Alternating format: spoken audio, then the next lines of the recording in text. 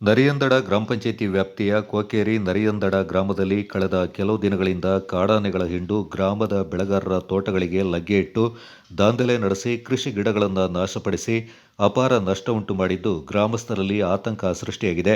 ಈ ವ್ಯಾಪ್ತಿಯ ಗ್ರಾಮದಲ್ಲಿರುವ ಬೆಳೆಗಾರರ ಕಾಫಿ ತೋಟಗಳೇ ಕಾಡಾನೆಗಳ ವಾಸಸ್ಥಳವಾಗಿ ಮಾರ್ಪಟ್ಟಿದೆ.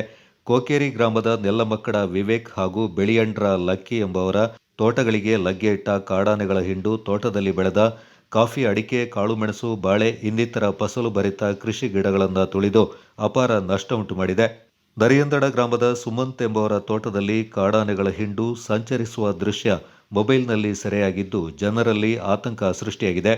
ನರಿಯಂದಡ ಗ್ರಾಮ ವ್ಯಾಪ್ತಿಯ ಹಲವಾರು ಕುಟುಂಬಸ್ಥರ ತೋಟಗಳಿಗೆ ಕಾಡಾನೆಗಳ ಹಿಂಡು ಲಗ್ಗೆ ಇಟ್ಟು ದಾಂಧಲೆ ನಡೆಸಿ ತೋಟದಲ್ಲಿ ಬೆಳೆದ ಕೃಷಿ ಗಿಡಗಳನ್ನು ತುಳಿದು ನಾಶಪಡಿಸಿ ಅಪಾರ ನಷ್ಟ ಉಂಟು ಮಾಡಿದೆ.